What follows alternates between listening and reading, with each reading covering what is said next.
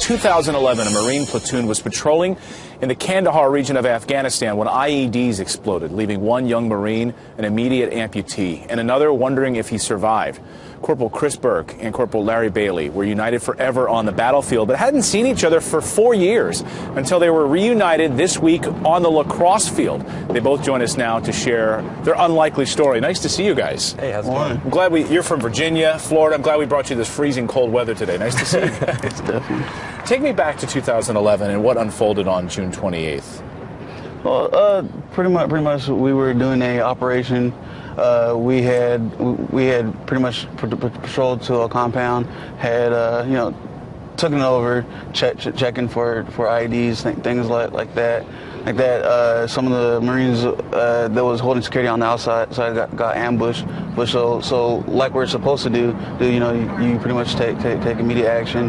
So myself and a few other Marines went to a rooftop, and then as far as I remember, next thing I know, I was flying up in the air, staring at the spot I was standing on. Wow. And you, of course, a photographer, a Marine combat photographer there at the time. How did you see it from your perspective? I mean, we get attached to units all the time, and from my perspective, I tried to look at it as a photographer's perspective and tried to document what these guys do.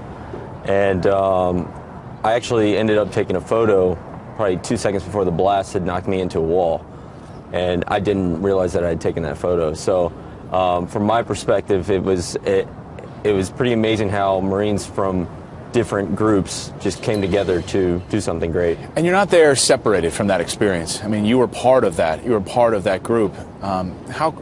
Describe for us, for people who've never been in that situation, that bond that you guys created when you're on the battlefield like that. Well, I would say it was like being with Marines, especially on deployment, after you've trained with each other for forever, get into each other's personal lives a little bit, stuff like that. Even like Chris and I, we had only met and known each other for about 12 hours at the time. Did you think you'd ever see each other again? Honestly, no. When we put him on the helicopter, we kind of just, guys that I didn't even know, we just sat down and we were like, I don't know if we're ever going to see him again. So how does lacrosse fit into this? You guys become reunited again over lacrosse. I was pretty terrible. I played lacrosse a little bit in high school. You haven't seen each other in 4 years. How'd you guys come back together on the lacrosse field? It was honestly an interesting experience because we were given, St. Leo University was given the chance to play in the Wounded Warrior Games, and I came to Coach Jorgensen and was like, hey, I think the guys could get something out of a story that I have to tell. And St. Leo University made it all happen. So, what's it like being able to get back out there, be among the guys again, and be able to play and sport and feel that connection with your comrades? Well, personally, I never played lacrosse, but I played football, basketball, and then watching them play, seeing the camaraderie, stuff like that. It's a pretty good feeling, Yeah. What's next for you guys? We're going to stay in touch like we did. You're not going to let another 4 years go by.